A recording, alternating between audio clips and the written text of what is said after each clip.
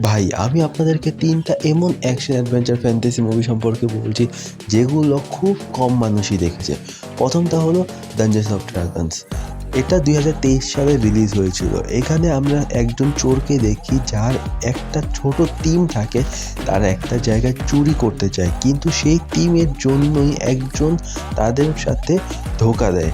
তারপরে এই টিমের সঙ্গে কি হয়, গল্পটা কিভাবে সামনে এগোয় আর কিভাবে পুরো ফ্যান্টাসি অ্যাডভেঞ্চার সেটআপ তৈরি হয়, এই মুভিটা দেখার সময় আপনি একদম আলাদা সিনেম্যাটিক এক্সপেরিয়েন্স পাবেন।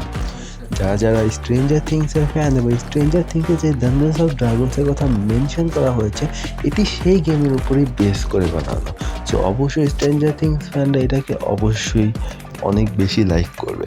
দ্বিতীয় মুভিটি হলো 'গডস অফ ইজিপ্ট'। এটা ২০১৬ সালে রিলিজ হয়েছিল। আমার ব্যক্তিগতভাবে মনে হয় মুভিটা তার সময়ের চেয়ে অনেক এহেড ছিল। এখানে আমরা একটা ড্রোন দেখি যেটার জন্য ২ জন দাবিদার লড়াই করছে।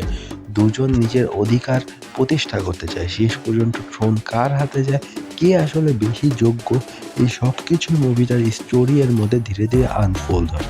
আর তৃতীয় মুভি হলো গেছি আমি। 'ফ্যান্টাস্টিক বিস্টস ওয়ার গোসল টু করে ফাইন্ড আইছি। নেমো'। এই ফ্র্যাঞ্চাইজি আসলে হ্যারি পটার না। ইউনিভার্সের প্রিকোয়েল সিরিজ। এখানে একাধিক পার্ট রয়েছে যেখানে হগওয়ার্টস এর আগের জাদুর দুনিয়া কেমন ছিল, উইজার্ডিং ওয়ার্ল্ড কীভাবে অপারেট করতো, সেগুলো খুব সুন্দরভাবে এক্সপ্লোর করা হয়েছে। এর মধ্যে যেরকম অ্যাডভেঞ্চার ফ্যান্টাসি আছে, সেরকমই আছে অ্যাকশন থ্রিল। সো এই মুভিগুলো আপনারা অবশ্যই দেখবেন এবং কোন মুভিটা আপনাদের সবচাইতে বেশি পছন্দ হলে কমেন্ট সেকশনে জানাবেন।